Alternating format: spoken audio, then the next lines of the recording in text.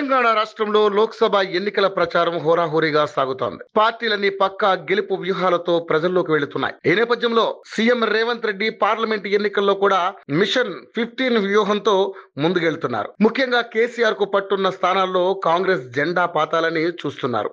ఈ నేపథ్యంలో మెదక్ ఎంపీ స్థానంపై ఎక్కువ ఫోకస్ పెట్టారు. మిగతా పార్టీల్లా కాకుండా తానే స్వయంగా వెళ్లి ప్రచారం చేస్తున్నారు. కాంగ్రెస్ ను ఎందుకు గెలిపించాలో చెబుతున్నారు. తాజాగా మెదక్ లో కూడా రేవంత్ రెడ్డి నీలం మధుతో కలిసి ఎన్నికల ప్రచారంలో పాల్గొన్నారు. మెదక్ ఎంపీ అభ్యర్థి నీలం మధు నామినేషన్ ర్యాలీలో పాల్గొని నామినేషన్ వేయించారు. అయితే ఈసారి ఈ పార్లమెంట్ స్థానానికి గట్టి పోటీనే ఉండనుంది.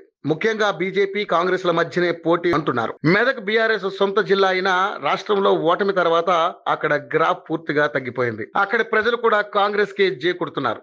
అదే ధీమాతో జిల్లా వ్యాప్తంగా మంచి పేరు బలం ఉన్న నీలం మధును సీఎం రేవంత్ రెడ్డి బరిలోకి దింపారు.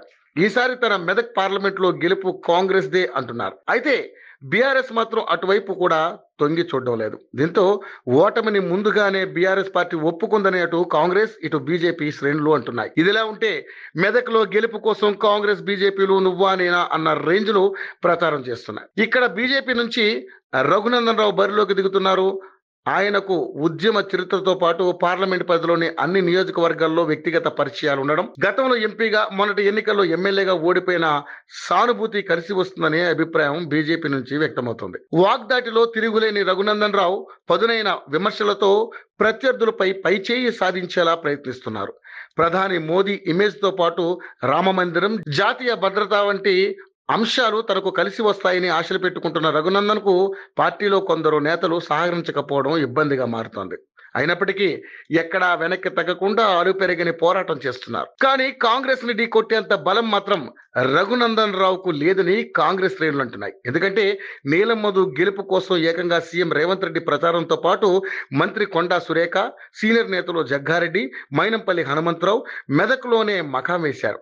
నీలం మధు గెలుపు బాధ్యతలను భుజాన వేసుకున్నారు.